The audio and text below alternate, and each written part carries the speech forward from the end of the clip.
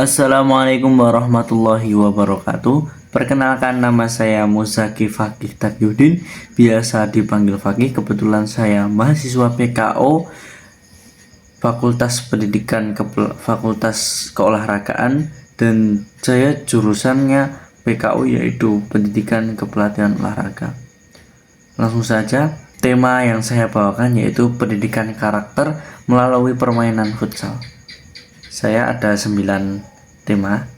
Yang pertama yaitu latar belakang, yang kedua rumusan masalah, yang ketiga tujuan proyek, yang keempat landasan teori, dan yang kelima metode pelaksanaan, yang keenam hasil kegiatan, yang ketujuh refleksi, dan yang ke-8 kesimpulan, dan yang ke-9 yaitu saran. Untuk yang pertama yaitu latar belakang. Pendidikan merupakan usaha sadar dan terencana untuk mewujudkan suatu pembelajaran dan proses pembelajaran agar peserta didik secara aktif dapat mengembangkan potensi dirinya. Pendidikan tidak hanya berkaitan dengan aspek kognitif, pengetahuan, tetapi juga meliputi pengembangan sikap, nilai, dan karakter.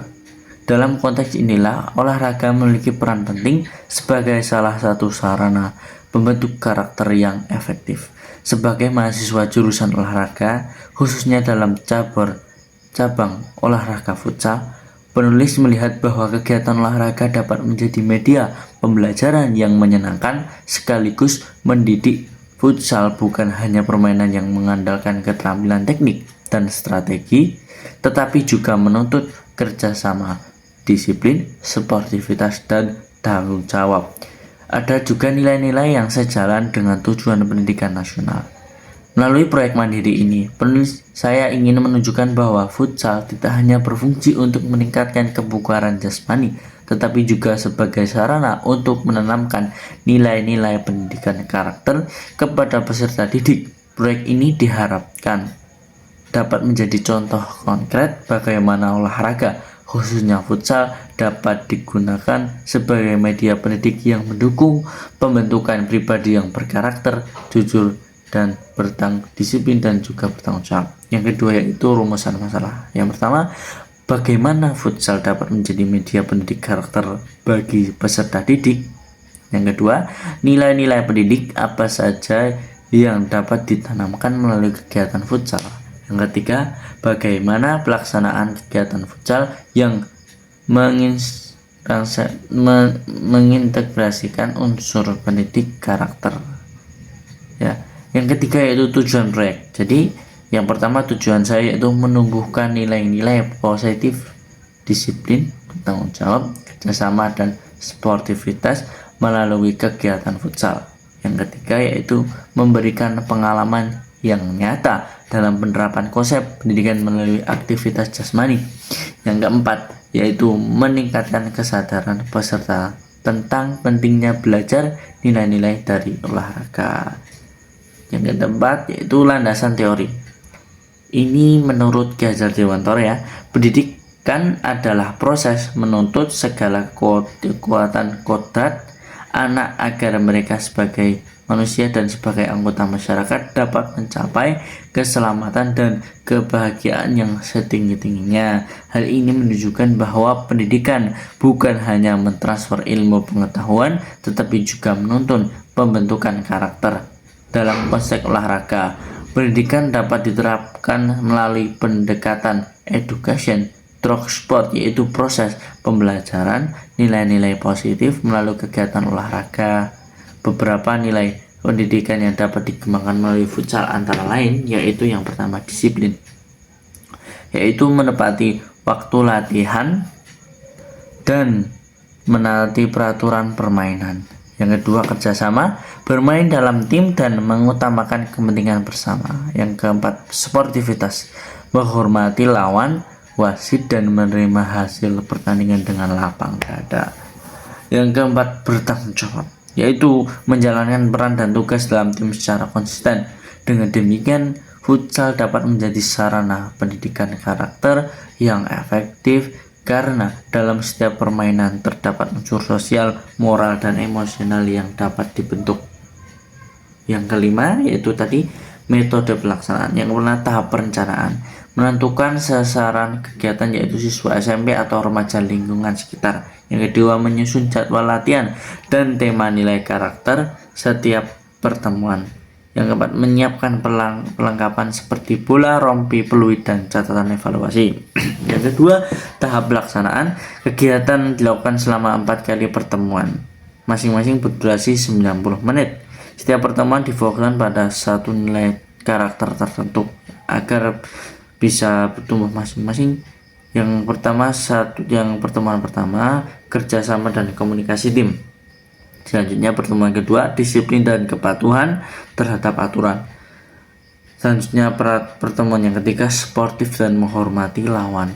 Pertemuan selanjutnya yang terakhir yaitu tanggung jawab dan kepemimpinan. Setiap sesi terdiri dari pemanasan, permainan utama, pendinginan, dan refleksi singkat. Yang ketiga, tahap evaluasi. Melakukan observasi perilaku peserta selama kegiatan. Wawancara singkat mengenai nilai mereka yang pelajari dari futsal. Membuat dokumentasi foto atau video kegiatan sebagai bahan laporan. Yang selanjutnya yaitu hasil kegiatan. Dari pelaksanaan proyek terlihat bahwa peserta menunjukkan peningkatan dalam beberapa aspek. Yang pertama, peserta lebih disiplin, datang tepat waktu saat latihan.